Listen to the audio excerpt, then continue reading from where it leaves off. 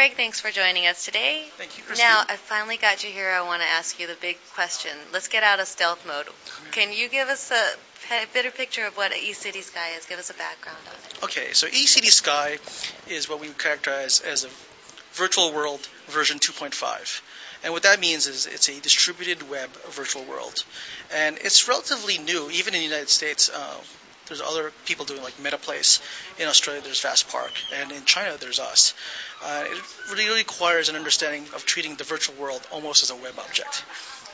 So for a person such as myself who doesn't hop into virtual worlds, how would you explain it in layman's terms as to what direction or what space you're in regards to the text? The easiest way to say it, it's a virtual world that you can run through your web browser. Rather than having to download these heavy... A client download, which is usually like a couple of minutes, then a lot of specifications for... Even before you start, you might have to spend 30 minutes on a regular virtual world. But these new distributed virtual worlds treats it almost like a plug-in application to a browser. So you go in very quickly, you can meet your friends, and you can do other things very, very easily as well. Now, what stage are you guys at right now? Where do you hope to be in about a few years even? We are essentially in a closed beta phase, and we are still tweaking the UI. So yes, we have a working model, but we're ourselves trying it along with our friends and investors to see how we can improve. Plus, we're also watching the China space very carefully on the consumer end because it's rapidly evolving very quickly as well. So a model from last year may not be the model for this year. And so it needs careful attention, not just the technology side, but also the business and also the what I call the fun side. Now, in regards to your team, are they all based here in the U.S. and will this be based here in China, and will this be a model for the China market only, or do you have plans to expand outside of China? We have plans to be a global operation, but our first market is China. And the company itself is a bit unusual in that it's formed of a lot of ex-Microsoft people and an ex-Google person. Our interns are from Microsoft Research. So it's a little bit of an unusual Chinese company, but our focus is still the Chinese consumer, specifically what is the experience that they want and what sort of applications of a virtual world do they need. Now, for the folks that are watching right now and based outside of China, interested in this space, or maybe even also in this space, what would you say is the difference between homegrown local Chinese companies based out of China and those that are outside of China? I think the biggest difference is, from my perspective in the technology end, is they haven't developed the software development process the way they have in the United States. The people are just as smart, just as passionate as you can find anywhere in the world.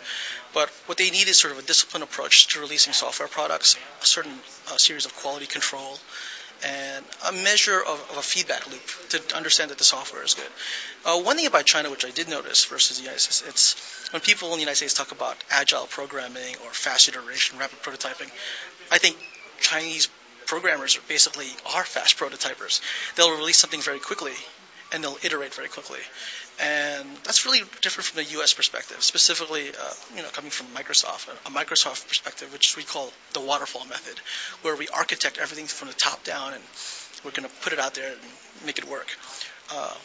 In China, it's more like, let's put this thing up very quickly, let's try it. If it fails, we'll try something else. And for that type of methodology is really good.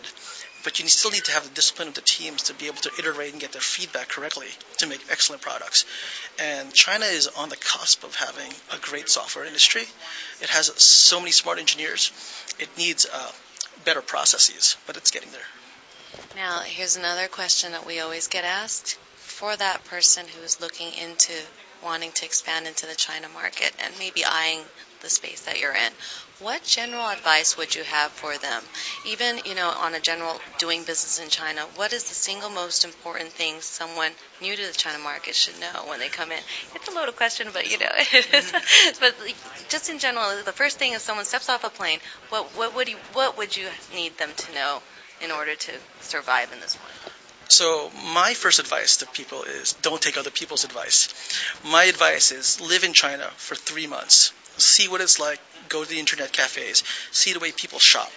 And there's a lot of great analysts and reports that'll tell you about China, but China is such a diverse place, from city to city, from demographic group, from economic group, first-tier cities, from counties to cities, that no report really does it justice. And you have to live in China and immerse yourself in what people really do.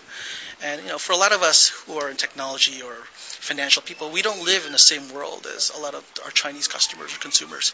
And I think people should see that for themselves and not just take other people's advice at face value. Now, in regards to eCity Sky, how much can you tell us in regards to when we can expect a launch or where we can go for more information? Well, you could reach the website at www.ecitysky.com. As for when we're going to have a public release, that's still sort of in development. But you can see our website, and I do blog on the website about what we're doing. Thanks. And you are also on Twitter for those social media folks that want to get in touch with you. Yes, I have the cryptic Twitter name of Frank Yu.